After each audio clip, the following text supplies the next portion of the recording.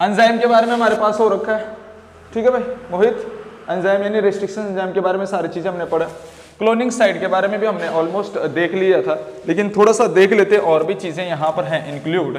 जैसे अगर मैं बात करता हूँ यहाँ पर हमने जो है पढ़ना है क्या, cloning site, sorry cloning vector.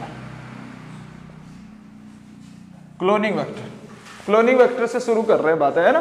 तो क्लोनिंग वेक्टर की अगर हम बात करें, क्लोनिंग वेक्टर की बात करें तो वेक्टर का मतलब मैंने क्या बताया था कि वेक्टर का मतलब होता है क्या, मॉलिक्यूलर वेहिकल्स। क्या होता है वेक्टर का मतलब, मॉलिक्यूलर वेहिकल्स, यानी कि जो मॉलिक्यूल्स को इधर उधर ले जाने का काम करता है उसी को कहते हैं मॉलिक्यूलर वेहिकल। और क्लोनिंग का मतलब है कि वो क्या कर रहा है, नंबर ऑफ कॉपीज बना रहा है, नंबर ऑफ कॉपीज, यानी कि वो क्या करता है, नंबर ऑफ कॉपीज बना रहा है, ठीक।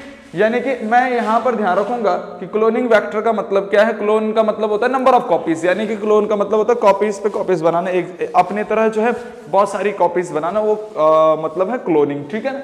और वेक्टर का मतलब होता है कि जो मॉलिक्यूल्स को इधर से उधर लेके जाए, यानी कि जो डीएनए मॉलिक्यूल्स को इधर से उधर लेके जाए उसी को कहेंगे वेहिकल्स, है ना। तो ये हमारे पास जो है इसके बारे में हमने पढ़ना है। अब अगर मैं बात करूं यहां पर जो है हमारे पास अगर प्रोकैरियोटिक सेल की बात करें, अभी यूकैरियोट्स के लिए भी पढ़ना हमने, जैसे प्लांट और एनिमल्स, तो प्रोकैरियोट्स जैसे हम बैक्टीरिया के बारे में भी पढ़ रहे हैं, तो प्रोकैरियोटिक सेल के लिए हमारे पास यहां पर एनसीईआरटी ने दो क्या दे रखे हैं, यानी कि जो प्रोकैरियोटिक सेल है, प्रोकैरियोटिक का मतलब तो समझते हैं ना, प्रोकैरियोटिक सेल यानी कि जो बैक्टीरियल सेल है, प्रोकैरियोटिक सेल का मतलब समझते हो, यानी कि जिसका न्यूक्लियस क्या होता है, वेल डिफाइंड नहीं होता, प्रीवियस टाइप का न्यूक्लियस होता है, वेल डिफाइंड न्यूक्लियस नहीं होता, उसको कहते हैं प्रोकैरियोटिक सेल, है ना। तो सब प्रोकैरियोटिक सेल के लिए जो है यहां पर दो वेक्टर दे रखे हैं, यहां पर जो है उस प्रोकैरियोटिक सेल के लिए जो है एनसीईआरटी ने यहां पर क्या दे रखे हैं, दो वेक्टर दे रखे हैं। क्या दे रखे हैं भाई, दो वेक्टर दे रखे हैं एनसीईआरटी ने यहां पर प्रोकैरियोटिक सेल के लिए, ठीक है। सबसे पहला वेक्टर तो हमारे पास क्या है भाई, सबसे पहला वेक्टर क्या है, प्लाज्मिड, ठीक, जिसके बारे में भी हम डिस्कस कर रहे थे, प्लाज्मिड, या फिर हमने जितना भी डिस्कस करा अभी तक। दूसरा क्या है, दूसरा क्या है, बैक्टीरियोफेज, दूसरा क्या है भाई, बैक्टीरियोफेज, यानी कि पहला है प्लाज्मिड, दूसरा है बैक्टीरियोफेज, है ना। एनसीईआरटी ने प्रोकैरियोटिक सेल के लिए ये चीजें चुनी है, ठीक। सबसे पहला कौन सा, प्लाज्मिड, और दूसरा बैक्टीरियोफेज। अच्छा, क्यों हम इसको चुनते हैं, क्यों हम इसको चुनते हैं प्लाज्मिड, क्यों हम इसको चुनते हैं बैक्टीरियोफेज। अच्छा, प्लाज्मिड का मतलब तो ठीक है, बैक्टीरियोफेज का मतलब पता है, बैक्टीरियोफेज का मतलब होता है कि यहां पर ये वेक्टर ऐसा है जो क्या है, वायरस है, ऐसा वायरस जो बैक्टीरिया को इंगल्फ करता है, यानी कि बैक्टीरियल इंगल्फ वायरस हम इसको बोल सकते हैं, यानी कि बैक्टीरिया को खाने वाला वायरस, बैक्टीरिया को किल करने वाला वायरस, है ना। यानी कि ऐसा वायरस है ना, वायरस किल बैक्टीरिया, यानी कि हम क्या बोलेंगे, ऐसा वायरस है ये जो क्या करता है, जो बैक्टीरिया को क्या करता है, किल करता है ना, बैक्टीरिया को क्या करता है, किल करता है। और किस तरह से किल करता है, वहां पर अपना जेनेटिक मटेरियल इंसर्ट करके वो बैक्टीरिया को क्या कर देता है, किल कर देता है ना, यानी कि खा देता है। इस तरह से बैक्टीरियोफेज यहां पर बताया जाता है।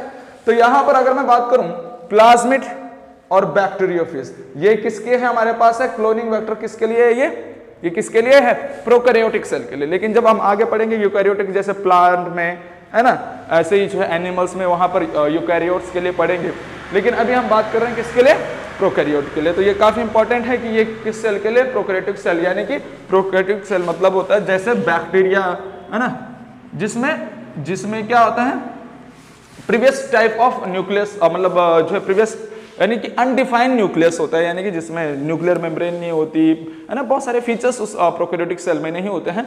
तो यानी कि हम बैक्टीरिया को यहाँ पर ले रहे हैं, तो ये प्लाज्मिड और ये बैक्टीरियोफेज ही हमारे पास यहाँ पर प्रोकैरियोटिक सेल के लिए क्या है, एज अ क्लोनिंग वेक्टर है। इतनी बात समझ में आई। अब हमने यहाँ पर क्या पढ़ा, ये यहाँ पर क्या है, क्लोनिंग वेक्टर्स हैं। अब अगर मैं बात करूं यहाँ पर अगर हम बात करें कि क्यों हमने यहाँ पर प्लाज्मिड और क्यों हमने यहाँ पर बैक्टीरियोफेज लिए, इनके कुछ फीचर थे। इनके क्या थे भाई, कुछ फीचर हैं जिसकी वजह से ये लिए। ये फीचर क्या है यहाँ पर, इनके अगर मैं फीचर के बारे में बात करूं, इनके कुछ फीचर्स हैं कि हम जिसकी वजह से इनको यहाँ पर ले रहे हैं।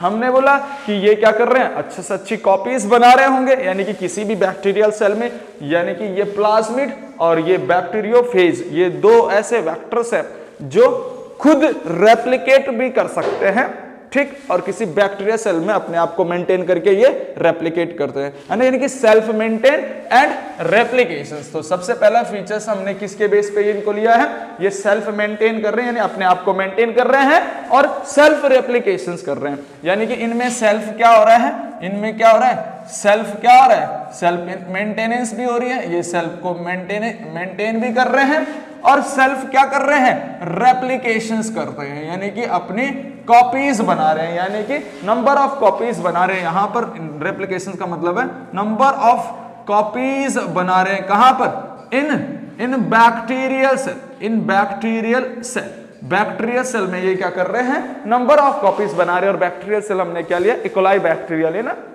तो वहां पर क्या कर रहे हैं, ये अपनी नंबर ऑफ कॉपीज बना रहे हैं। आई बात समझ में, यानी कि कहने का मतलब है सबसे पहला फीचर हमने क्या देखा कि ये अपने आप को मेंटेन कर रहे हैं उस बैक्टीरियल सेल में और अपने आप क्या कर रहे हैं, रेप्लिकेट कर रहे हैं, इनमें रेप्लिकेशन पावर होती है ना, यानी कि अपने आप ये रेप्लिकेट कर जाते हैं उस बैक्टीरियल सेल में।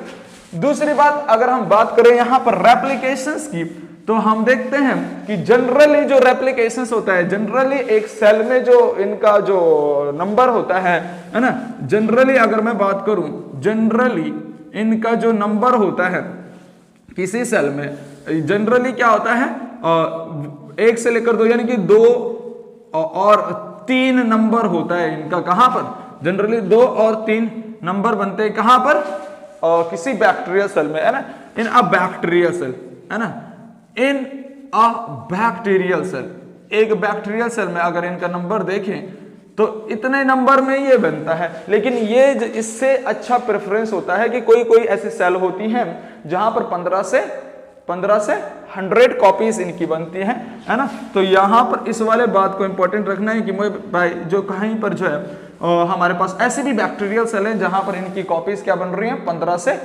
100 बन रही हैं, यानी कि 15 से 100 कॉपीज इनकी बन रही हैं कुछ, है ना, 15 से 100 कॉपीज बनती हैं मोस्ट ऑफ प्रोकैरियोटिक सेल, यानी कि most of bacterial cell, most of bacterial cell, यहां पर इनकी जो है इतनी कॉपीज बन रही हैं, है ना। तो इसके लिए इन फीचर्स को देखते हुए हमने किसको लिया, इस प्लाज्मिड को लिया, इस बैक्टीरियोफेज को लिया, और ये दोनों ही वेक्टर किसके लिए हैं, प्रोकैरियोटिक सेल के लिए हैं, ये यूकैरियोट्स के लिए। हम प्लांट के लिए भी वेक्टर पढ़ेंगे, हम बाद में एनिमल्स के लिए भी वेक्टर पढ़ेंगे आगे वाले लेक्चर में। तो ध्यान से सुनना, ये दोनों किसके लिए हैं, केवल और केवल बैक्टीरिया सेल, यानी कि बैक्टीरिया यानी कि प्रोकैरियोटिक सेल के लिए है, ठीक है ना, कोई भी प्रोकैरियोटिक सेल हो उसके लिए। अब ये तो इसके फीचर्स हो गए, ये हमने इसके बेसिस पे लिया भाई कि नंबर ऑफ कॉपीज ज्यादा बना रहा है। अब ध्यान सुनना, अगर ये 2 से 3 बना रहा है या फिर 15 से 20, 15 से 100 बना रहा है, तो हमने कौन सा वाला प्रेफर करना है, जो हमारे पास नंबर ऑफ कॉपीज ज्यादा दे, यानी कि प्रेफरेंस में हमने कौन लाना है, ये वाला लाना है कि जहां पर हमारे पास कॉपीज क्या बन रही हैं, ज्यादा कॉपीज बन रही हैं एक बैक्टीरिया के सेल में। यानी कि जैसे इकोलाई बैक्टीरिया, एक मान लीजिए यहां पर क्या है, एक इकोलाई बैक्टीरिया, इस तरह से क्या है, ये इकोलाई बैक्टीरिया है, यहां पर मान लीजिए ये क्या है, एक इकोलाई बैक्टीरिया है, और यहां पर क्या बन रही है, यहां पर इसकी कॉपीज क्या बन रही हैं, यानी कि 15 से 100 कॉपीज बन रही हैं इस तरह से, और हमने इसको प्रेफरेंस करना है। कहने का मतलब है हम अगर लार्ज स्केल पे इसका फॉर्मेशंस कर रहे हैं तो हमें ऐसा चाहिए जो बहुत सारी कॉपीज बनाए हैं ना, यानी कि इसको प्रेफरेंस में लाना कि एक बैक्टीरिया सेल के अंदर क्या होता है, मान लीजिए ये कौन सा बैक्टीरिया है, इकोलाई बैक्टीरिया, हम उसी को यूज कर रहे हैं, इकोलाई बैक्टीरिया, और उसके अंदर क्या हो रहा है, ये क्या है, नंबर ऑफ कॉपीज बन रही हैं, यानी कि 15 से लेकर 100 कॉपीज बन रही हैं। इस बात को हमने अच्छे से ध्यान रखना है, तो इसको हम प्रेफरेंस में लेके आते हैं।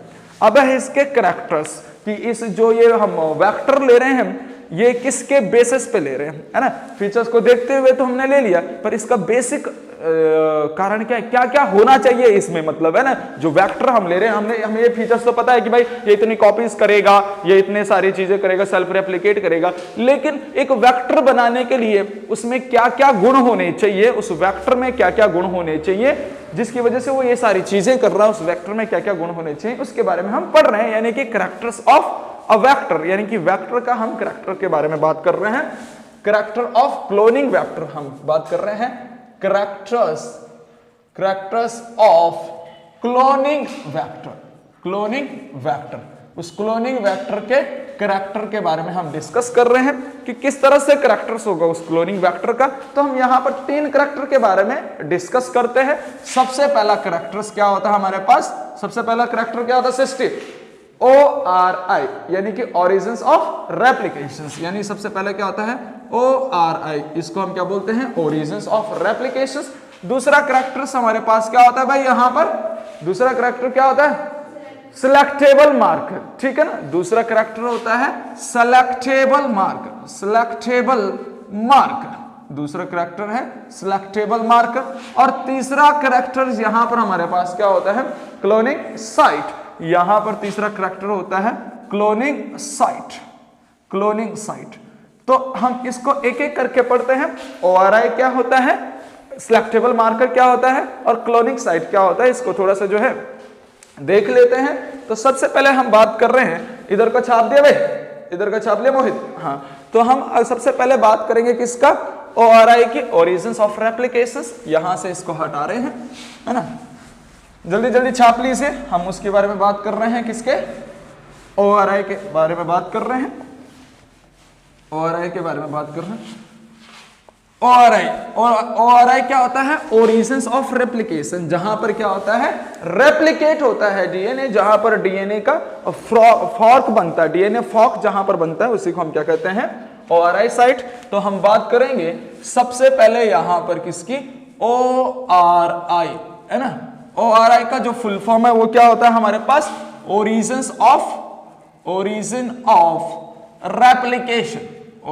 ऑफ रेप्लिकेशन, यानी कि जहां से रेप्लिकेशंस होता है उसी को हम कहते हैं ORI साइट। तो ओरिजिन्स ऑफ रेप्लिकेशंस इसको कह रहे हैं, यानी कि जहां पर रेप्लिकेशंस हो रहा है।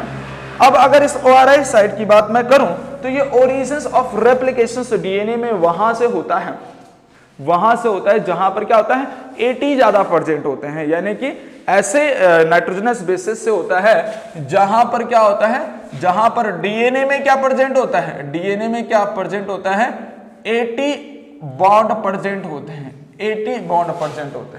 कहने का मतलब है कि मान लीजिए, इसको थोड़ा सा समझते हैं कि ये अपने पास क्या है, डीएनए मॉलिक्यूल्स है, इस तरह से अपने पास क्या है, ये DNA molecules 5 prime to 3 prime, 3 prime to 5 prime, इस तरह से, है ना।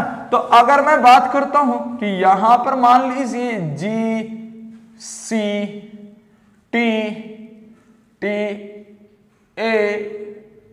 इस तरह से, है ना, आगे मैंने और बात कर ली, मान लीजिए, है ना, और भी बात कर सकते हैं आगे, जैसे मान लीजिए यहां पर G इस तरह से, है ना, तो ये अपने पास है यहां पर, ठीक।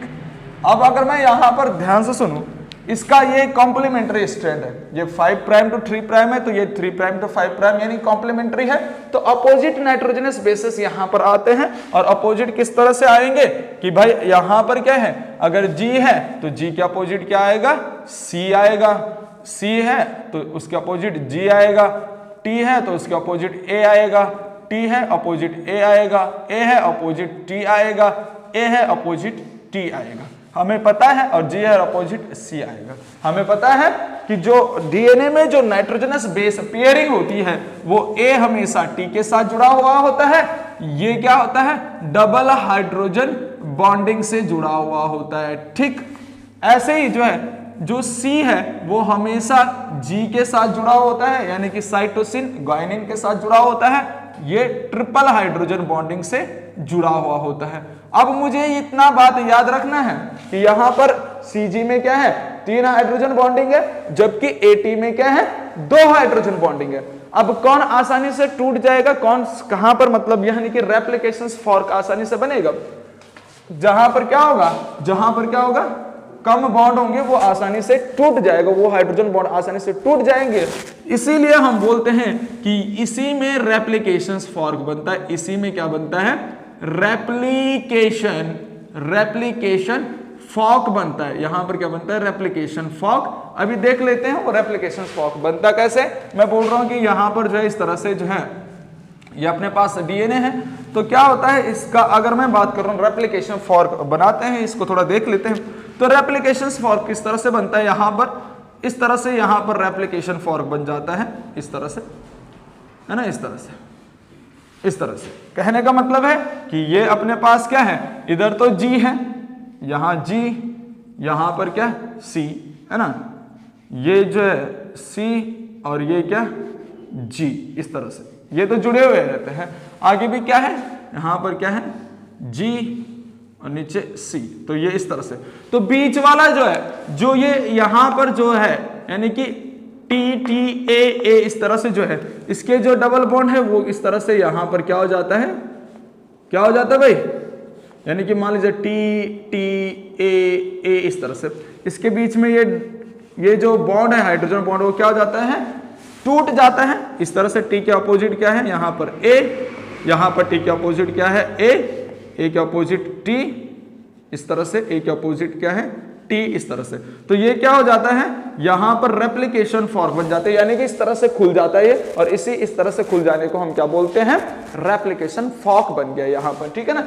ये चीज क्या अपने पास रेप्लिकेशन फॉर्क है, ये हमने ऊपर लिख रखा है, ये रेप्लिकेशन फॉर्क है ना, यहां पर देख लेना, ये क्या है, रेप्लिकेशन फॉर्क बन गया। अब ये रेप्लिकेशन फॉर्क हम बोलते हैं कहां से बनेगा, वहीं पर बनेगा जहां पर क्या होंगे, बॉन्ड वीक होंगे। बॉन्ड वीक क्या होगा, डबल बॉन्ड वीक होगा as compare to triple bond. यानी कि हमेशा जो रेप्लिकेशन फॉर्क है, ये काफी इंपॉर्टेंट बात है कि जो रेप्लिकेशन फॉर्क है वो कहां पर बनेगा भाई, रेप्लिकेशन फॉर्क कहां पर बनेगा, जहां पर AT की साइड जो है, मैक्सिमम साइड जहां पर AT की होंगी, वहीं पर क्या बनता है, ये रेप्लिकेशन ऑफ फॉर्क बनता है। हमने इस तरह से याद रखनी है बातें, ठीक है ना, ठीक है भाई। हमने क्या बातें याद रखनी है, जहां पर ये AT मैक्सिमम होंगे, जहां पर AT मैक्सिमम होते हैं, यहां पर इंपॉर्टेंट, जहां पर AT मैक्सिमम होंगे, AT मैक्सिमम होंगे, मैक्सिमम, वहीं पर क्या होगा, रेप्लिकेशन फॉर्क। यानी कि जहां पर AT की मात्रा ज्यादा होगी वहीं पर क्या बनेगा, रेप्लिकेशन फॉर्क बनेगा। वहां पर क्या बनेगा भाई, रेप्लिकेशन फॉर्क बनेगा। ये बात काफी इंपॉर्टेंट याद रखें, ठीक। अब एक बात हम बात कर रहे हैं जी, ORI जो है, ठीक, रेप्लिकेशन फॉर्क मतलब यहां पर रेप्लिकेशन फॉर्क बन गया। अब यहीं से क्या होगा, DNA रेप्लिकेट होगा, यानी कि DNA की यहां से क्या बनेगी, कॉपीज बनेंगी। यहां से DNA की क्या बनेगी, कॉपीज बनेगी। तो ये DNA कॉपीज है, यहीं से क्या हो रहा है, DNA कॉपीज हो रहा है, DNA बन रहा है। अब सबसे इंपॉर्टेंट बात जो है कि भाई अगर ORI हमारे पास है तो एक हमारे पास एक वेक्टर जो हम पढ़ रहे हैं, उस वेक्टर के अंदर जो है मैक्सिमम ORI कितनी होनी चाहिए, है ना। तो मैक्सिमम या फिर मिनिमम की अगर बात करें, या फिर कितनी ORI होगी कि ज्यादा से ज्यादा वो अच्छे से अच्छे कॉपीज बना पाए, तो हम एक बात ध्यान रखेंगे कि जितनी कम ORI साइट होंगी उतना मैक्सिमम रेप्लिकेशन। कम का मतलब ये मत बोल देना कि होंगी नहीं, बिल्कुल, यानी कहने का मतलब कम का मतलब कम से कम होना चाहिए, ज्यादा से ज्यादा नहीं, है ना। इसका मतलब ये नहीं कि जीरो बिल्कुल रख ही नहीं रहे ORI साइड। अगर ORI साइड नहीं होगी तो रेप्लिकेशन फॉर्क बनेगा कहां से, है ना। तो कहने का मतलब है कि ORI साइट होनी तो जरूरी है, लेकिन कम से कम जो ORI साइट हो तब मैक्सिमम रेप्लिकेशन होता है। यानी कि अगर मैं बात करूं कम से कम में हमारे पास क्या होगा, अगर एक ORI साइट हो, एक ORI साइट, तो फिर क्या होगा, मैक्सिमम रेप्लिकेशंस होगा। इस बात को ध्यान रखना भाई, जब एक ORI साइट होती है तो मैक्सिमम रेप्लिकेशंस हमें देखने को मिलता है, यानी कि अच्छे से अच्छा क्या होता है, रेप्लिकेशंस होता है, अच्छे से अच्छे जो है क्लोनिंग यहां पर होती है, ठीक है ना। तो ये हमने ORI के बारे में पढ़ लिया। अब दूसरा, यानी ORI के बारे में पढ़ लिया, दूसरा अपने पास क्या है, सिलेक्टेबल मार्कर। तो थोड़ा सिलेक्टेबल मार्कर के बारे में भी डिस्कस कर लेते हैं। ये वाला छाप रखा है बीच वाला, इसको रफ कर रहे हैं। सिलेक्टेबल मार्कर के बारे में बात करते हैं, और सिलेक्टेबल मार्कर के बारे में मैंने पहले भी बताया है। क्या होता है भाई सिलेक्टेबल मार्कर, क्या होता है भाई, विशाल बताएगा सिलेक्टेबल मार्कर क्या होता है। सिलेक्टेबल मार्कर क्या होता है, हाँ, जो आइडेंटिफाई करे कि हमारे पास रिकॉम्बिनेट बना है कि नहीं बना है। है ना, तो वो हमारे पास सिलेक्टेबल मार्कर होता है। यानी कि दूसरा अगर टॉपिक पढ़ रहे हैं सिलेक्टेबल मार्कर, सिलेक्टेबल, यहां पर सिलेक्टेबल मार्कर, तो सिलेक्टेबल मार्कर क्या होता है? सिलेक्टेबल मार्कर क्या होता है? जो हमें ये सुनिश्चित करे, जो हमें ये निश्चित करवाए कि हमारा क्या बन गया है, रिकॉम्बिनेंट बन गया। यहां पर काफी इंपॉर्टेंट चीज है ये, यानी कि हमें ये करवाए क्या, आइडेंटिफिकेशंस, आइडेंटिफिकेशंस करवाए ऑफ रिकॉम्बिनेंट, रिकॉम्बिनेंट यानी कि जो रिकॉम्बिनेंट डीएनए अपने पास बना है उसका क्या करवाए, आइडेंटिफिकेशंस करवाए। तो उसी को हम बोलेंगे सिलेक्टेबल मार्कर, जो हमें ये बताइए कि हमारे पास क्या बन गया, कि रिकॉम्बिनेंट बन गया है ना, रिकॉम्बिनेंट डीएनए बन गया है, उसका पहचान हमें होनी चाहिए। यानी कि मान लीजिए अगर हम काम कर रहे हैं, अगर हम रिकॉम्बिनेंट बना रहे हैं, है ना, तो रिकॉम्बिनेंट बनाए तो हम उसका जो है देखना भी तो आखिर में बनाए है कि नहीं बना है रिकॉम्बिनेंट, है ना, तो वो चीज पहचानने के लिए क्या होता है, उस क्लोनिंग वेक्टर, उस क्लोनिंग वेक्टर में क्या होने चाहिए, सिलेक्टेबल मार्कर होने चाहिए, ताकि हमें ये पता चल जाए कि हमारा जो रिकॉम्बिनेंट है वो बन गया है ना। तो उसके लिए क्या होता है, सिलेक्टेबल मार्कर की यहाँ पर जरूरत होती है। और सिलेक्टेबल मार्कर हम जो है 2 लेते हैं, और कौन कौन से लेते हैं, 2 सिलेक्टेबल मार्कर हम यहां पर यूज करते हैं। सबसे पहला सिलेक्टेबल मार्कर कौन सा है भाई, एंटीबायोटिक रेजिस्टेंस जीन, यानी कि सबसे पहला है एंटीबायोटिक रेजिस्टेंस जीन। यहां पर काफी इंपॉर्टेंट बात मैं अभी बताऊंगा तुम्हें, resistance gene, antibiotic resistance gene. दूसरा हम कौन सा यहां पर यूज में लाते हैं, दूसरा अपने पास है लैक जेड जीन, ठीक, कौन सा है, लैक, जैसा लैक ओपेरन तुमने पिछले वाले चैप्टर में देखा होगा, है ना, मॉलिक्यूलर बेसिस में, लैक जेड जीन, ठीक। तो लैक जेड जीन जो है कहां से ऑब्टेन करते हैं, ये कहां से आता है ये lac Z gene, beta galactosidase enzyme से, यानी कि लैक जेड जीन जो है वो कहां से आता है, beta galactosidase enzyme, beta galactosidase, beta galactosidase enzyme, साइडेज एंजाइम, वहां से इसको लिया जाता है। इसका क्या कारण होता है, मतलब इन दोनों से हम कैसे पहचानते हैं। सबसे पहला एंटीबायोटिक रेजिस्टेंस जीन की अगर बात करें, ठीक, वैसे पहचानने का जो तरीका है यहां पर सबसे इंपॉर्टेंट इसको हम मेंशन कर देंगे कि यहां पर क्या करता है, इंसर्शनल इनएक्टिवेशंस पॉइंट, काफी इंपॉर्टेंट, एनसीईआरटी ने उसको मार्क कर रखा है, जहां से वो बोला जाता है इंसर्शनल इनएक्टिवेशन, इसको मेंशन कर लेना अपने नोट्स में, क्या, insertional insertional insertional inactivation, inactivation, insertional inactivation, insertional inactivations को मेंशन कर लेना। इंसर्शनल इनएक्टिवेशंस को अगर मैं बात करूं, इसको अगर हम समझें, इंसर्शनल इनएक्टिवेशंस को अगर हम समझें, तो इंसर्शनल इनएक्टिवेशंस क्या होता है कि हमने जो अपने पास क्या ले रखा है, जो हमने अपने पास क्या ले रखा है, वेक्टर्स ले रखा है। मान लीजिए अपने पास क्या ले रखा है, प्लाज्मिड ले रखा है, मान लीजिए अपने पास प्लाज्मिड ले रखा है, तो इसमें क्या है, इस प्लाज्मिड में क्या होगा, हमने सिलेक्टेबल मार्कर जैसे यहां पर क्या कर दिया, डाल दिया, यहां पर क्या कर दिया, मान लीजिए यहां पर क्या कर दिया, सिलेक्टेबल मार्कर हमने यहां पर यूज करा है, ये सिलेक्टेबल मार्कर है, ठीक। अब ये सिलेक्टेबल मार्कर हमने इसमें क्या करा, इंसर्ट करा है, इंसर्ट करा, इंसर्ट मतलब डालना, तो ये होता है इंसर्शनल। इनएक्टिवेशंस, इनएक्टिवेशंस का मतलब है वो उसको क्या कर, जैसे हमने इंसर्ट कर लिया उसके अंदर सिलेक्टेबल मार्कर, तो सिलेक्टेबल मार्कर ने हमारे वेक्टर को क्या कर दिया, इनएक्टिव कर दिया, है ना। किसके लिए इनएक्टिव कर दिया, एंटीबायोटिक के लिए इनएक्टिव कर दिया। तो जब एंटीबायोटिक के लिए उसने उसको इनएक्टिव कर दिया, यानी एंटीबायोटिक के साथ वो कोई रिस्पॉन्स नहीं दे रहा है, तो कहने का मतलब है वो एंटीबायोटिक के लिए अपने आप क्या हो गया, रेजिस्टेंस हो गया, है ना। जो एंटीबायोटिक के साथ क्या करेगा, रिस्पॉन्स देगा, यानी एंटीबायोटिक के साथ जो रिस्पॉन्स देगा, है ना, रिएक्शंस करेगा, तो एंटीबायोटिक रेजिस्टेंस होगा नहीं, वो एंटीबायोटिक उस पर कुछ ना कुछ नुकसान करेगा। लेकिन जो मतलब एंटीबायोटिक में कोई रिस्पॉन्स नहीं कर रहा, मतलब एंटीबायोटिक आ रहा है उसको कोई फर्क नहीं पड़ रहा है ना, कि उस पर एंटीबायोटिक का कोई फर्क नहीं पड़ेगा, वो क्या हो गया, इनएक्टिव फॉर्म में है वहां पर, है ना। तो यानी कि ये सबसे ज्यादा इंपॉर्टेंट है कि हम किस तरह से सिलेक्टेबल मार्कर का जो है यूज में लाते हैं, किस तरह से पता करते हैं कि भाई हाँ हमारे पास मतलब क्या हो गया, सिलेक्टेबल मार्कर किसके लिए, रिकॉम्बिनेंट डीएनए को पहचानने के लिए।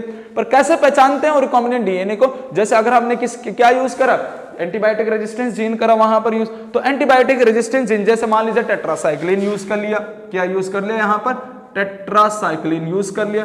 तो टेट्रासाइक्लिन क्या होगा, ये टेट्रासाइक्लिन क्या है, एंटीबायोटिक है। अब ये एंटीबायोटिक की प्रेजेंस में क्या होगा, रेजिस्टेंस बन जाएगा। रेजिस्टेंस बन जाएगा मतलब ये अपने आप को क्या करेगा, इनएक्टिव कर देगा, उस एंटीबायोटिक का कोई रिस्पांस नहीं देगा, तो ये अपने आप ही वहां पर क्या कर जाएगा, क्या हो जाएगा, रेजिस्टेंस हो जाएगा। ठीक ऐसे LAC-Z जीन क्या होगा, LAC-Z जीन भी क्या करता है, अपने आप को दिखाने के लिए वहां पर उसको मतलब इनएक्टिव कर देता है। जो एक्टिव वाले रहते हैं वहां पर तो क्या होता है, मतलब यानी कि कहने का मतलब है जैसे एंटीबायोटिक क्या है, एंटीबायोटिक ने अपने आप को क्या कर दिया, एंटीबायोटिक रेजिस्टेंस जीन ये बना कैसे, उसने अपने आप को क्या कर दिया, इनएक्टिव कर दिया। तो वो क्या हमें पहचान में आ गया कि जिसने एंटीबायोटिक की प्रेजेंस में अपने आप को इनएक्टिव कर दिया तो उसने कोई रिस्पांस नहीं दिया, वो रेजिस्टेंस बन गया उसके लिए, तो हमें पहचान में आ गया कि हमारा रिकॉम्बिनेंट डीएनए बन चुका है। ठीक, और अगर LAC-Z जीन की बात करें, LAC-Z जीन क्या करता है, ये कलर प्रोड्यूस करता है। ये क्या करता है, कलर प्रोड्यूस करता है, कहां पर, यानी कि किसकी प्रेजेंस में, क्रोमोजेनिक मटेरियल के प्रेजेंस में। और उस कलर से ही हमें पता चल जाता है कि हमारे पास रिकॉम्बिनेंट डीएनए बन चुका है। और वो कलर कैसे, यानी कि ये क्या करता है, ये क्रोमोजेनिक मटेरियल में, यानी कि ये काफी इंपॉर्टेंट है, ये तो हमें पता चल गया है कि ये क्या करेगा, इनएक्टिव कर जाएगा। और ऐसे ये भी इनएक्टिव फॉर्म में रहता है, ये साथ साथ क्या करता है, कलर फॉर्म करता है, ये काफी इंपॉर्टेंट बात है। यानी कि ये क्या फॉर्म करेगा, यानी कि जो LAC-Z जीन है, यानी कि LAC-Z जीन, ये LAC-Z जीन क्या करता है, प्रोड्यूस कलर, और कौन सा कलर, ब्लू कलर प्रोड्यूस करता है। ये काफी इंपॉर्टेंट बात है, produce blue colour in produce blue color in chromogenic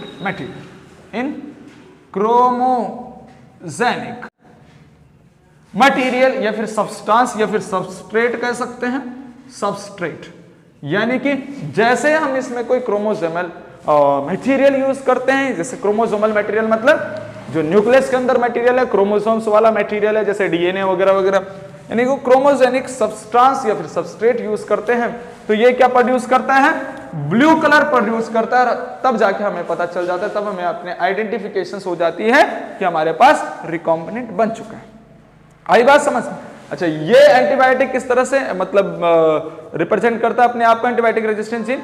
antibiotic हमने अगर वहां पर कोई एंटीबायोटिक यूज करी है तो वो उसके अगेंस्ट रिस्पॉन्स नहीं देगा, वो अपने आप को क्या कर देगा, रेजिस्टेंस कर देगा, है ना, इनएक्टिव हो जाएगा। तो हमें पता चल जाएगा कि हाँ भाई बाकी जो एक्टिव थे वो तो खत्म हो गए, अपने पास क्या है, जो इनएक्टिव फॉर्म में था, यानी कि जो रेजिस्टेंस फॉर्म में अपने पास रह गया, एंटीबायोटिक का रेजिस्टेंस जो था वो वाला अपने पास क्या है, रिकॉम्बिनेंट बन गया, हमें पहचान होगी, रिकॉम्बिनेंट हमारा बन गया। LAC-Z जीन से हमें क्या होता है कि वो कलर बदल देता है अपना, यानी कि ब्लू कलर दिखा देता है उस क्रोमोजेनिक सब्सटेंस में, जो भी वहां पर क्रोमोजेनिक सब्सटेंस, क्रोमोसोमल मटेरियल जो होता है उसमें वो क्या कर देता है, वो अपना ब्लू कलर दिखा देता है। तब हमें पता चलता है कि वहां पर क्या बन गया अपने पास, है ना, रिकॉम्बिनेंट बन गया। यानी कि हमने जो है ORI देख लिया, सिलेक्टेबल मार्कर देख लिया, लास्ट हमारे पास क्या है, क्लोनिंग साइट है, इसको भी देख लेते हैं। क्लोनिंग साइट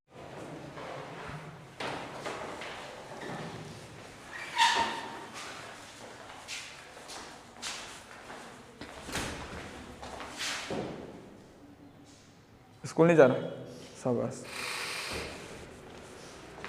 जहां आ जाना दिन में, ठीक है। कितने बजे बुला रखा मैंने, 10 बजे कब बुलाया, 10:30 बजे बुलाया, क्यों नहीं, तो मार रहा हूं, छुट्टी नहीं है उसका मन। ध्यान सुनना यहां पर, यानी कि इसके बारे में हमने डिस्कस कर लिया, ओरिजिन सिलेक्टेबल मार्कर के बारे में डिस्कस कर लिया। अब हमें बात करनी है किसके बारे में, क्लोनिंग साइट के बारे में, है ना, यानी कि जिसमें हम प्लेंड्रोमिक, ठीक है, और क्या क्या है, अच्छा अच्छा समा का भी बताया था ना, इको R1 हिंद का, ठीक है ना। क्लोनिंग साइट के बारे में डिस्कस करते हैं भाई, ठीक है। तो क्लोनिंग साइट क्या होती है, क्लोनिंग साइट्स क्या होती है भाई, जहां से क्लोन होता है, या फिर हम क्या बोलते हैं, बोल सकते हैं इसको सिंपल प्लैंड्रोमिक साइट, यानी कि जहां से क्या करता है वो कट करता है कोई भी रेस्ट्रिक्शन एंजाइम, या उसको हम बोलते हैं, यानी कि यहां पर क्या होंगी पैलिंड्रोमिक साइट, क्या होंगी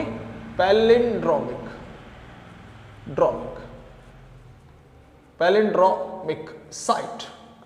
अब ये पैलिंड्रोमिक साइट क्या होती है, पैलिंड्रोमिक साइट या फिर पैलिंड्रोमिक साइट सीक्वेंस हम किसे कहते हैं, या फिर हम ये भी बोल सकते हैं पैलिंड्रोमिक, चलो ठीक है पैलिंड्रोमिक का मतलब समझते हैं अभी, पर यानी कि हम ये भी बोल सकते हैं जहां से क्या करता है, कट करता है रेस्ट्रिक्शन एंजाइम, कट डीएनए किसके द्वारा, रेस्ट्रिक्शंस एंजाइम के द्वारा, रेस्ट्रिक्शंस एंजाइम, जहां से रेस्ट्रिक्शंस एंजाइम क्या कर रहा है, डीएनए को कट कर रहा है, जहां से रेस्ट्रिक्शंस एंजाइम डीएनए को कट कर रहे हैं वो हमारे पास क्लोनिंग साइट है।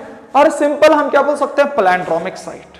पैलिंड्रोमिक साइट क्या होता है कि जहां पर क्या हो, यानी कि हम अगर देखें यानी कि पैलिंड्रोमिक साइट क्या है, मान लीजिए ये क्या है डीएनए मॉलिक्यूल्स है, ठीक, और यहां पर 5 प्राइम टू 3 प्राइम है और ये 3 प्राइम टू 5 प्राइम, ठीक, ये इनका क्या है, ये इनका ओरिएंटेशन है, 5 to 3 स्ट्रैंड का ओरिएंटेशन, 3 to 5 स्ट्रैंड का ओरिएंटेशन, दोनों ही ओरिएंटेशन से, दोनों यानी कि दोनों सिमिलर ओरिएंटेशन से पढ़ने में भी नाइट्रोजनस बेसिस के सीक्वेंस सेम आए, यानी कि अगर 5 to 3 चल रहे तो 5 to 3 भी सेम आए, तो दूसरा 5 to 3 भी वो सेम हमें सीक्वेंस देखने को मिले, पढ़ने में वो सेम आए। जैसे मान लीजिए यहां पर GAAT है ना, TC इस तरह से, तो ये 5 to 3 क्या है GAATTC इस तरह से है ना, और ऐसे ही यहां पर 5 to 3 भी क्या है, यानी कि C के अपोजिट क्या होगा G, T के अपोजिट A T T और C, यानी कि अगर मैं पैलिंड्रोमिक की बात करूं तो क्या हो, सिमिलर ओरिएंटेशंस में सिमिलर क्या होगा, सिमिलर ओरिएंटेशंस में पढ़ने में वो क्या है सेम आए, यानी कि सिमिलर नाइट्रोजनस बेस प्रेजेंट हो इन सिमिलर ओरिएंटेशंस, यानी कि पैलिंड्रोमिक का मतलब सिंपल क्या होगा, पैलिंड्रोमिक सीक्वेंस हम इसको बोलते हैं, इसका मतलब क्या होगा similar orientations, similar nitrogenous bases present है ना, यानी कि similar orientations of DNA, similar orientation of DNA, यानी कि डीएनए की सिमिलर ओरिएंटेशंस, यानी कि अगर पहला क्या है 5 प्राइम टू 3 प्राइम है, ठीक, एक स्ट्रैंड 5 प्राइम टू 3 प्राइम है, तो दूसरा अगर हम ऐसे में देख रहे हैं right side 5 prime to 3 prime, तो हमने फिर पहला अगर हम 5 प्राइम टू 3 प्राइम देख रहे हैं तो दूसरा भी हमने सिमिलर ओरिएंटेशन में देखना है 5 प्राइम टू 3 प्राइम, यानी कि अगर इसको 5 प्राइम टू 3 प्राइम देख रहे हैं तो दूसरा भी 5 प्राइम टू 3 प्राइम देखना है, ये कहने का मतलब है सिमिलर ओरिएंटेशंस। सिमिलर ओरिएंटेशंस में सेम टाइप के नाइट्रोजनस बेसेस प्रेजेंट होते हैं, यानी कि सिमिलर ओरिएंटेशंस में similar nitrogenous bases, similar sequence of nitrogenous bases,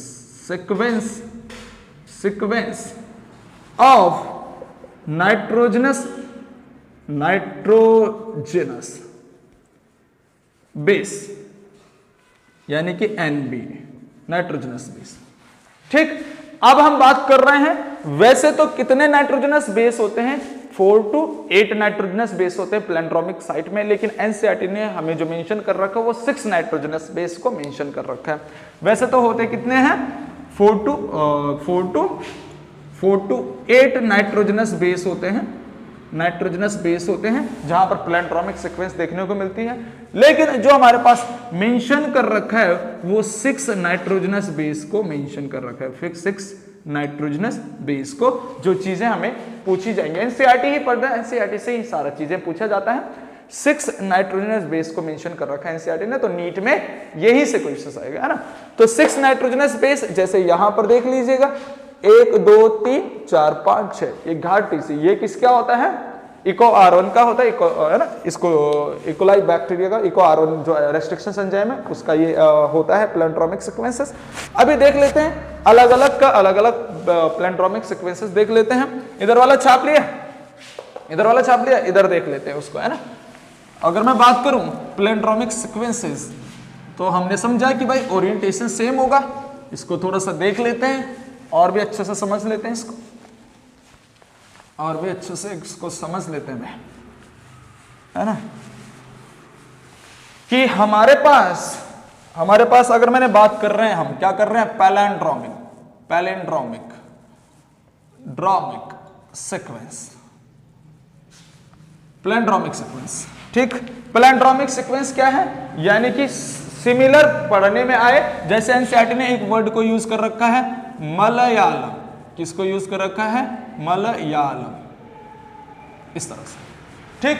तो मलयालम चाहे इसमें पढ़ो तब भी मलयालम है, और ऐसे में पढ़ो तब भी मलयालम, यानी कि इस तरह से अगर इस साइड से पढ़ें तो मलयालम ही पढ़ा जाएगा, इस साइड से भी पढ़ें तो भी मलयालम पढ़ा जाएगा, ठीक है। तो कहने का मतलब है कि दोनों साइड से जो पढ़ने में सेम आए, दोनों साइड से हमें अगर नाइट्रोजनस बेस सेम मिले तो वही चीज अपने पास प्लेंड्रोमिक सीक्वेंसेस हो जाती हैं।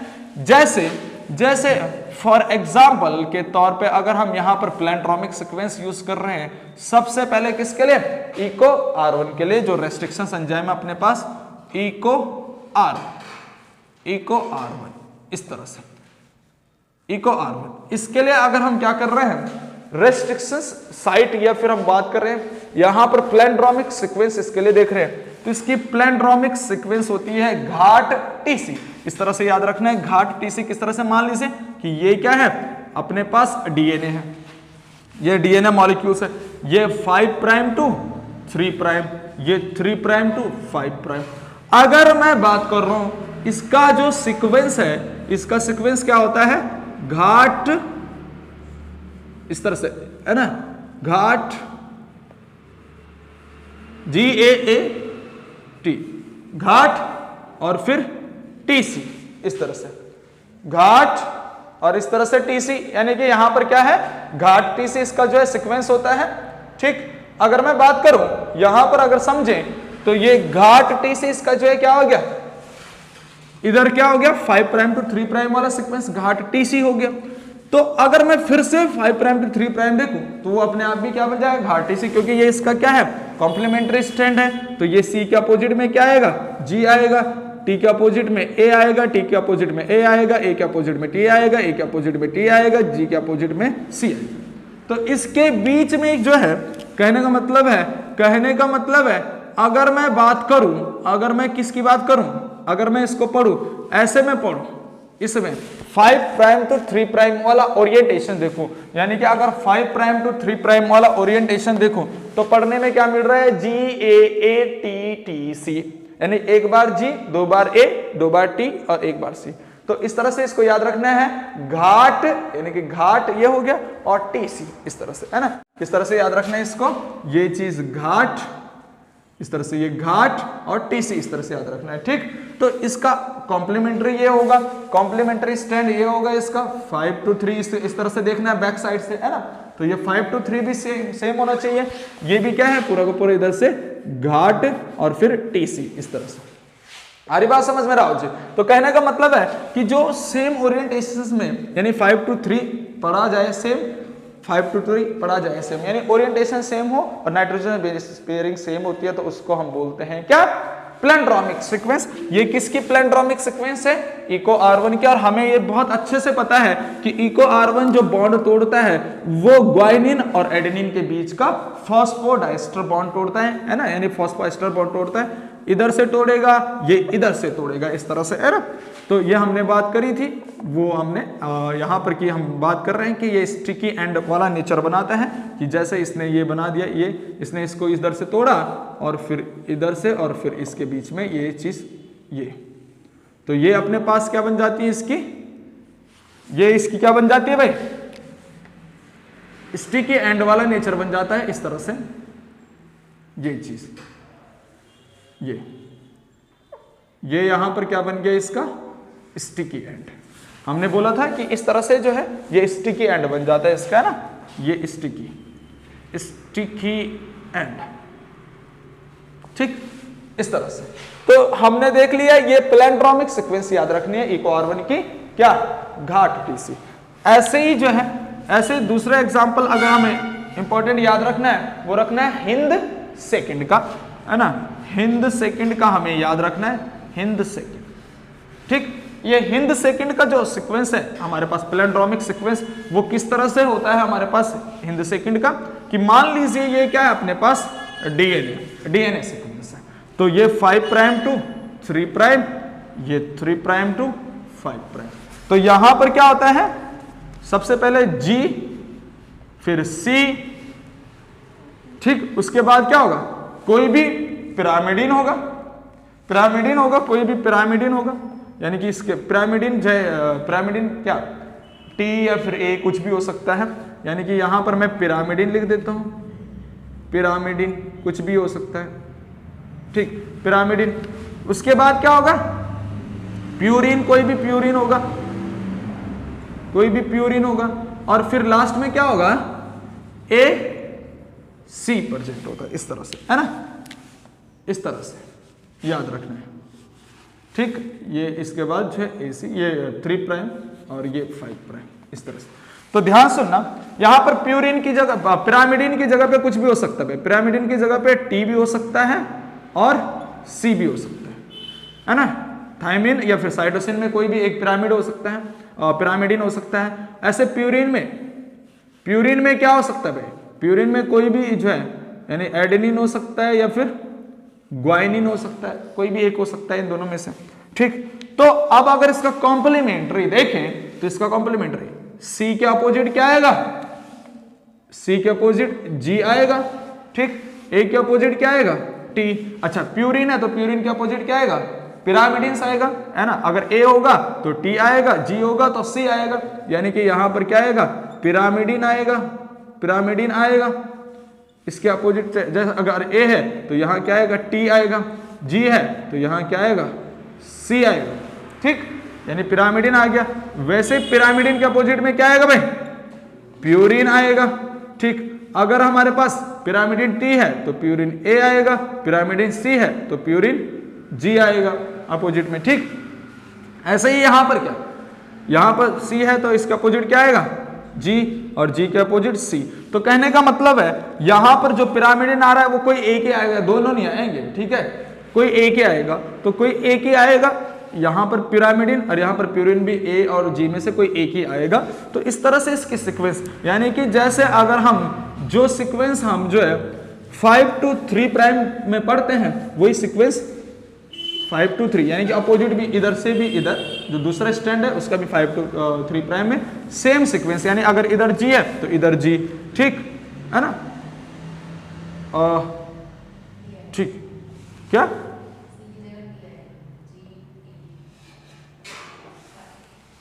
CG,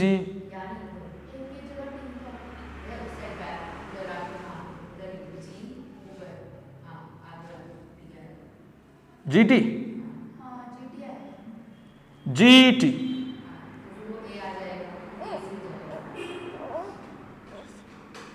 GT, ठीक है, ठीक है, ठीक है, ठीक है, GT है ना, यहां पर, हाँ यहां पर GT और यहां पर A आ जाएगा, इस तरह से, है ना।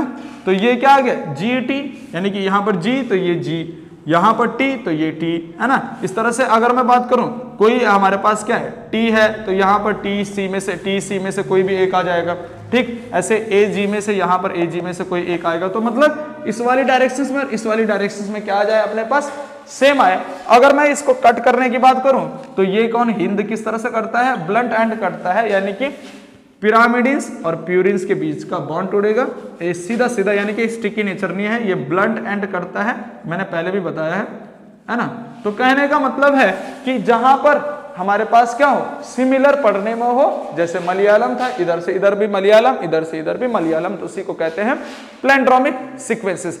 अब एक बात ध्यान से सुनना है, ये काफी इंपॉर्टेंट बात से ध्यान सुनना है, जो क्लोनिंग साइट हमें प्रेजेंट होगी, किसी भी वेक्टर पे जो क्लोनिंग साइट प्रेजेंट होगी, वो किसके साथ प्रेजेंट होनी चाहिए, विद सिलेक्टेबल मार्कर के साथ वो प्रेजेंट होनी चाहिए। यानी कि वही हमारे पास क्लोनिंग साइट जो है, वही क्लोनिंग साइट हमारे पास इंपॉर्टेंट होती है या फिर वही काम में आती है जो किसके साथ प्रेजेंट हो, विद सिलेक्टेबल मार्कर। यानी कि अगर मैं यहां पर थोड़ा सा समझता हूं, इसको रफ कर लेता हूं। ये तो छाप दिया होगा, है ना, ये छाप दिया भाई, छाप दिया ना। मैंने लिखवाया था कि विद किसके साथ हो, सिलेक्टेबल मार्कर के साथ हो, तो उसी को हम बात करेंगे, है ना। वो चीज लिखवाया था सिलेक्टेबल मार्कर के साथ, है ना। तो इसको जो है, इसको अगर मैं रफ कर रहा हूं, थोड़ा समझ लेते हैं कि जो हमारे पास क्लोनिंग साइट होगी वो काफी इंपॉर्टेंट बात है। वो वही काम की होगी जो किसके साथ प्रेजेंट है, सिलेक्टेबल मार्कर के साथ प्रेजेंट है। इसको रफ कर कि वही क्लोनिंग साइट जो है ना, यहां पर थोड़ा समझ लेते हैं। प्लेंड्रोमिक सीक्वेंस समझ में आ गया ना।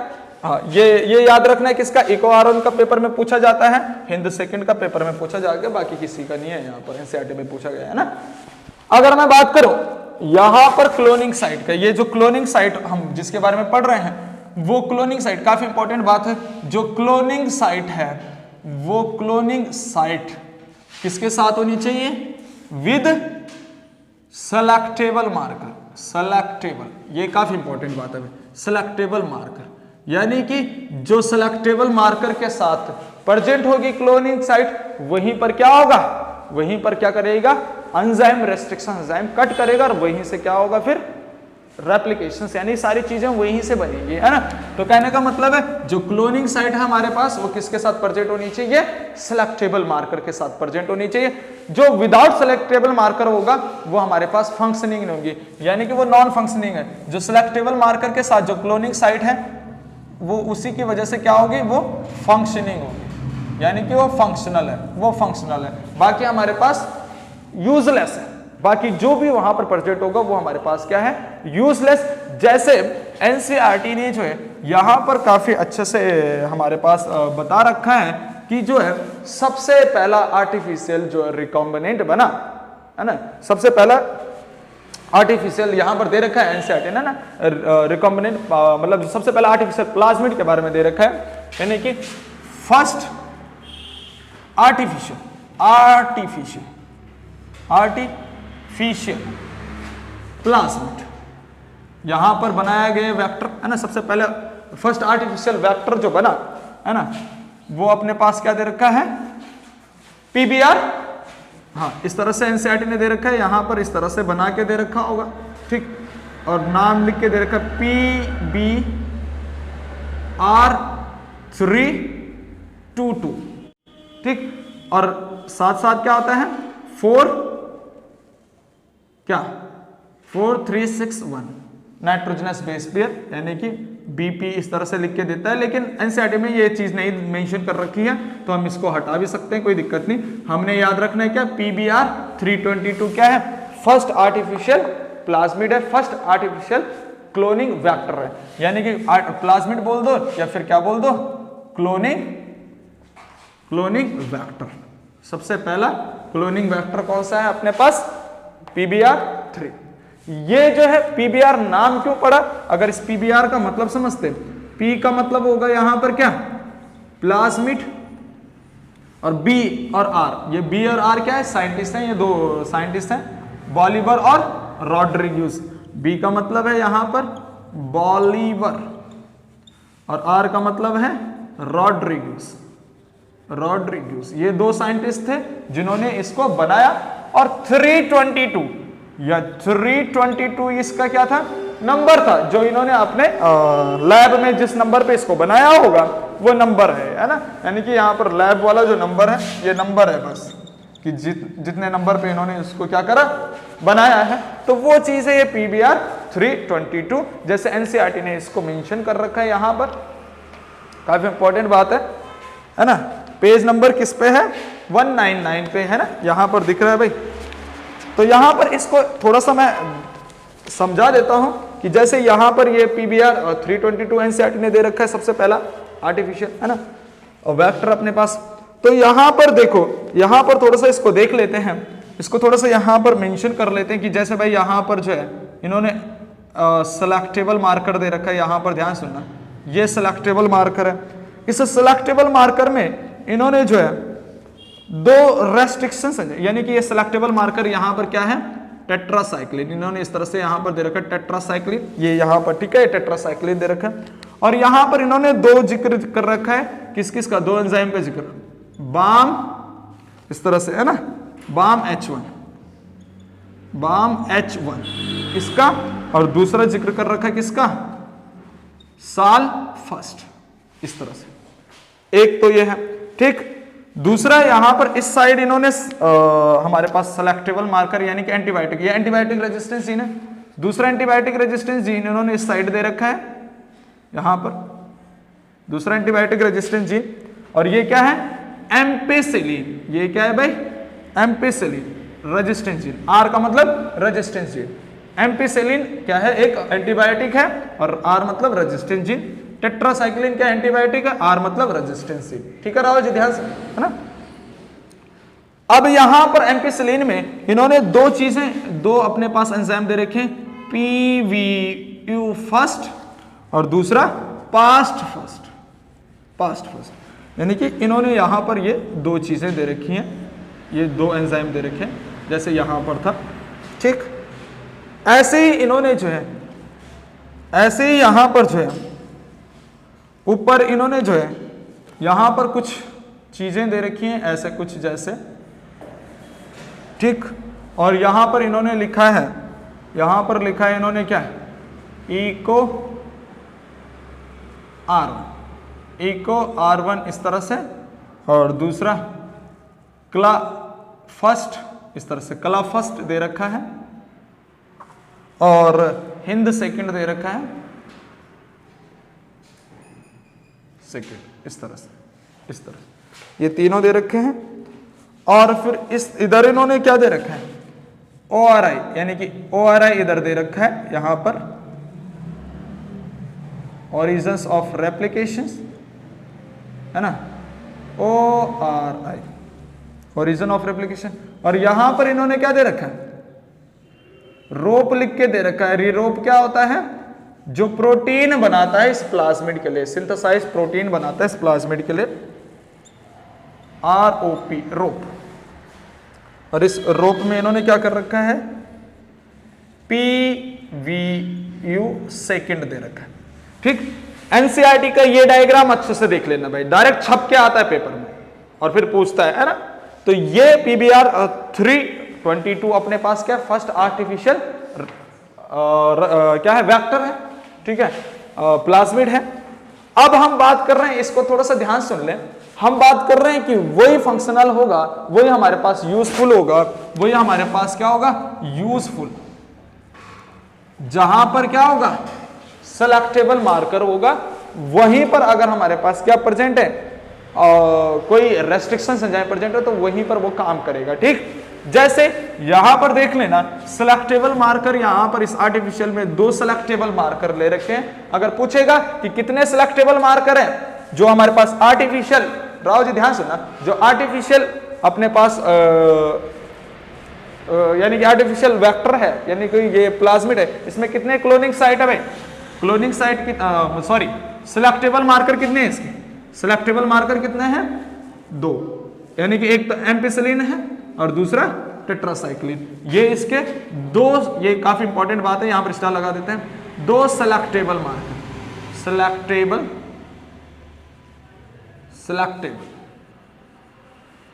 मार्कर, इसके दो सिलेक्टेबल मार्कर हैं, ये ध्यान रखना है। सबसे पहला क्या है, सबसे पहला हम यहां पर बात कर ले, मान लीजिए टेट्रासाइक्लिन की, टेट्रासाइक्लिन।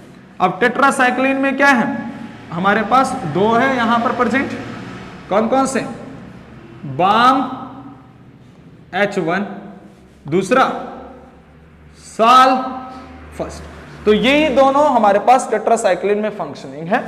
दूसरा अपने पास क्या है, एम्पिसिलिन, दूसरी है अपने पास, पहला तो ये है, दूसरा अपने पास अगर बात करें, दूसरा तो क्या है, एम्पिसिलिन, AMP रेजिस्टेंस जीन। और यहां पर क्या है, अपने पास दो एंजाइम है, PVU first and past first. क्या है, PVU first and past first, ये चीज है ना। तो कहने का मतलब है कि हमारे पास फंक्शनिंग जो है वही होगा जो सिलेक्टेबल मार्कर के ऊपर होगा। सिलेक्टेबल मार्कर अपने पास दो है, टेट्रासाइक्लिन और एम्पिसिलिन। इसके ऊपर क्या है, टेट्रासाइक्लिन पे भी दो एंजाइम है और एम्पिसिलिन पे भी क्या है, दो एंजाइम। तो टोटल यूजफुल कितने हो गए हमारे पास इसमें, 4। टोटल यूजफुल, टोटल फंक्शनिंग क्या हो गए, 4 हो गए। लेकिन अगर टोटल पूछे, फंक्शनिंग नहीं मतलब टोटल कितने हैं इसके ऊपर, तो वो देख लीजिए। फंक्शनिंग तो हमारे पास कौन कौन से फंक्शन को हम क्या कर देते हैं, गोला कर देते हैं इस तरह से। ये फंक्शनिंग है, ये फंक्शनिंग है, ये फंक्शनिंग, ठीक। पर उसके अलावा भी जैसे यहां पर इको R1 है, क्ला फर्स्ट है, हिंद सेकंड है, पीबीयू सेकंड है। तो ये 4 यहां पर क्या बता रखे हैं, नॉन फंक्शनिंग। यानी कि कहने का मतलब है ये सिलेक्टेबल मार्कर के ऊपर नहीं है, तो ये नॉन फंक्शनिंग है राव जी। 4 तो क्या है फंक्शनिंग और 4 क्या है नॉन फंक्शनिंग। अगर हम बोले कि जो वो अपने पास PBr 322 जो फर्स्ट आर्टिफिशियल वेक्टर है, उसमें टोटल यानी कि रेस्ट्रिक्शन एंजाइम कितने हैं, कितने टोटल रेस्ट्रिक्शन एंजाइम हैं, वो है 8। लेकिन उसमें से केवल अगर हम बोले यूजफुल कितने हैं, वो यूजफुल वही होते हैं जो सिलेक्टेबल मार्कर के ऊपर या फिर सिलेक्टेबल मार्कर के 60% होते हैं, और वो अपने पास हैं 4। 2 तो किसमें, टेट्रासाइक्लिन में। ये काफी इंपॉर्टेंट बात है, डायरेक्ट पूछा जाता है, नीट में डायरेक्ट पूछा जाता है कि टेट्रासाइक्लिन पे कितने हैं और एम्पिसिलिन पे कितने हैं, या फिर इस पूरे PBr में कितने सिलेक्टेबल मार्कर है। तो 2 है एम्पिसिलिन और टेट्रासाइक्लिन। एंटीबायोटिक रेजिस्टेंट जीन है ना, लेक्स जीन की यहाँ पर नहीं यूज कर रखा है इन्होंने, यहाँ पर क्या कर रखा है, एंटीबायोटिक रेजिस्टेंट जीन यूज कर रखा है। तो ये 4 फंक्शनिंग है हमारे पास, है ना, ये 4 फंक्शनल हमारे पास क्या है, एंजाइम है। ये चीजें ये हमें काफी अच्छे से याद रखना है, ठीक है। एनसीईआरटी को देख के यहाँ से क्वेश्चंस बनते हैं, काफी इंपॉर्टेंट। आई बात समझ में, सृष्टि को बात समझ में आई भाई, मोहित को आई, है ना, तो तुम लोगों को भी आई भाई, राव जी। हाँ, तो मतलब कहने का मतलब है कि ये काफी इंपॉर्टेंट, इस बात को जो है अच्छे से एनसीईआरटी से देख लेना और डायग्राम को भी अच्छे से एनसीईआरटी से देख लेना। आई बात समझ में, तो ये काफी इंपॉर्टेंट चीजें हैं, इसको देख लेना भाई। बाकी हम जो है नेक्स्ट लेक्चर में पढ़ लेंगे, ठीक है। इसको छाप लो।